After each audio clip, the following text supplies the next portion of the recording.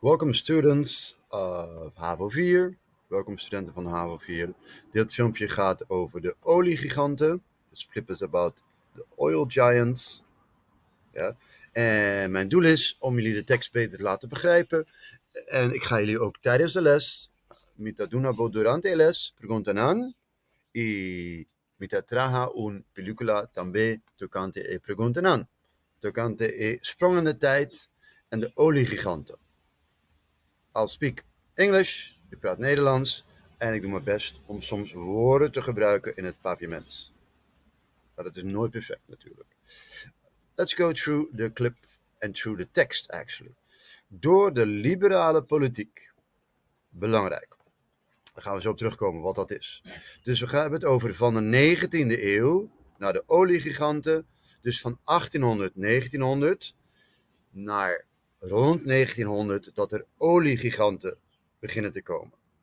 Oliegiganten, ta Compagnia Grandi, big companies, ta Recipe Hopi Maskenashi, die heel veel winst maken door het opboren en het verwerken en het verkopen van olie. En daar maken ze heel veel winst mee.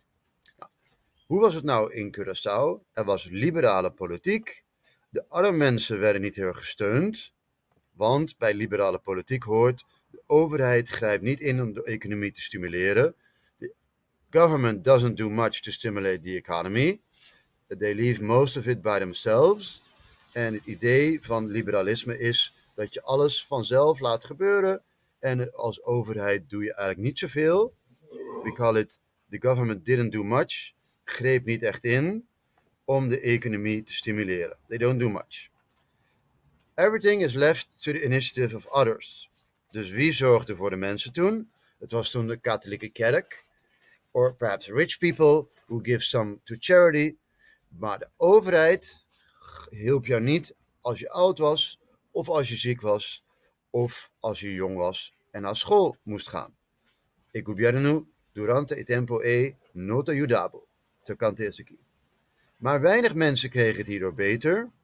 Pero de Verenigde Staten, Amerika, ja, en Europa zat midden in de industriële revolutie. Ja, Amerika en Europa, daar in the middle of the industriële revolutie. Revolution industrieel. Dus in de 19e eeuw, tussen 1800 en 1900, zat Amerika en Europa zat midden in de industriële revolutie. En wat was dat nou? Kikita e revolution industrial, ja, e reemplacement, ja, intercambio, ja, e cambio die handenarbeid, e trabalho die man, pa e trabalho pa machines, ja, e ding e fabriek. Dus het werken met de handen werd vervangen, cambio, reemplacement, door het werken, e trabalho ding fabriek. Met machines. Ja? Dus de vervanging van handenarbeid door machines en fabrieksnijverheid. Een heel belangrijk begrip, de industriële revolutie. Nou, er bestonden al machines voor de industriële revolutie.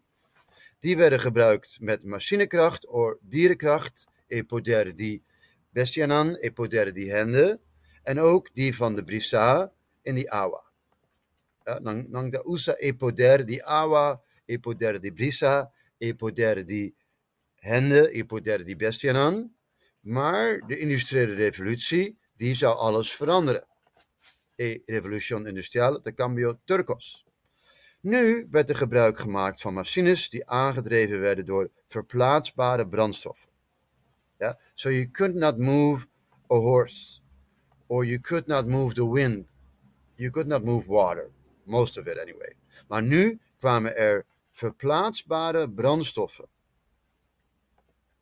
Ja? Wat betekent dat nou? Deze brandstoffen, die kon je overal neerzetten. En die waren veel meer flexibel. You could adapt them way more than you could have earlier. Ja? Dus we hebben het over verplaatsbare brandstoffen. En wat zijn nou voorbeelden van deze verplaatsbare brandstoffen?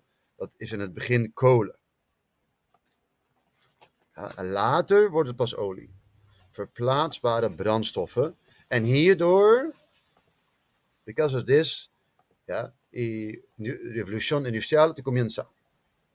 Ja. En die machines waren zo groot dat je ze alleen in fabrieken kwijt kon. Ja, een machine aqui, da hopi grande, e to mestre di un fabriek pa poner aqui e usar aqui. So you need big factories, je hebt grote fabrieken nodig om deze te kunnen gebruiken.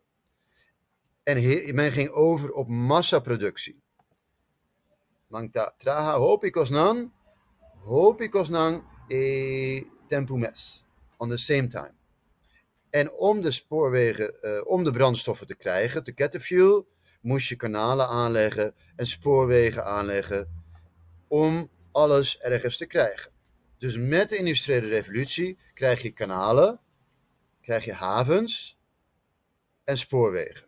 You get trains, you get harbors, you get factories, you get canals to get all the products somewhere. Ja? En de mensen, hoop je hen dat in fabriek. Heel veel mensen werken in de fabriek. En de eigenaars van de fabriek, de owners die een factoria, daar worden hende rico. Ja? Hende ting possession, ding een factoria, pa een factoria, daar worden hende rico. The people that own the factory, they became rich people. Ja? Dus de eigenaars van de fabrieken, die werden hele machtige mensen. Hende kohopimas poder. Ja? Nou, door dit alles werd het bezitten van goedkope brandstoffen steeds belangrijker voor de industrielanden. Ja? PC Turcos e possession die brandstoffen hopi barata, daar worden hopi mas importante pa industrielanden. Ja? E paisnan de industria. Mester die possession die brandstoffen hopi barata. Ja? En in het begin van de 19e eeuw, ja, cominciamento di siglo XIX, maakte men gebruik van steenkool. Ja? Botte usa steenkool amandia, ribobo barbecue. Ja, kolen chiki, ja, de kleine kolen.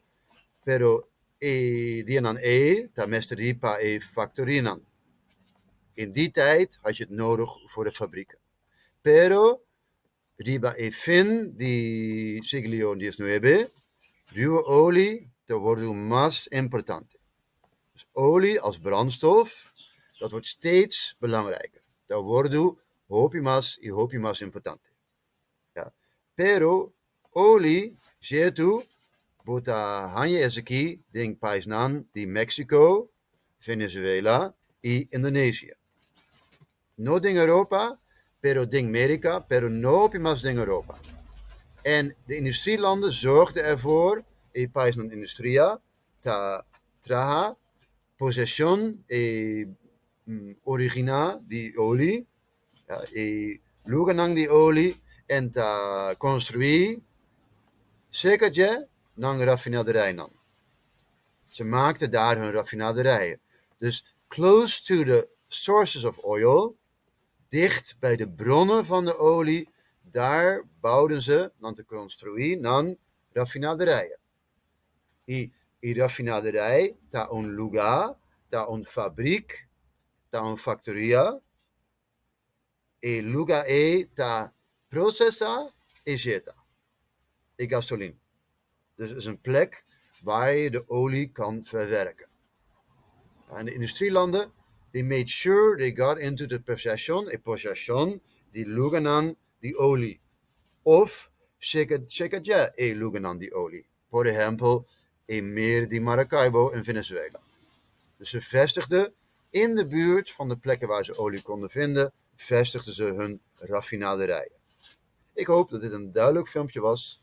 Ayo, y met desea exequita un película, un video, hoop ik klaar.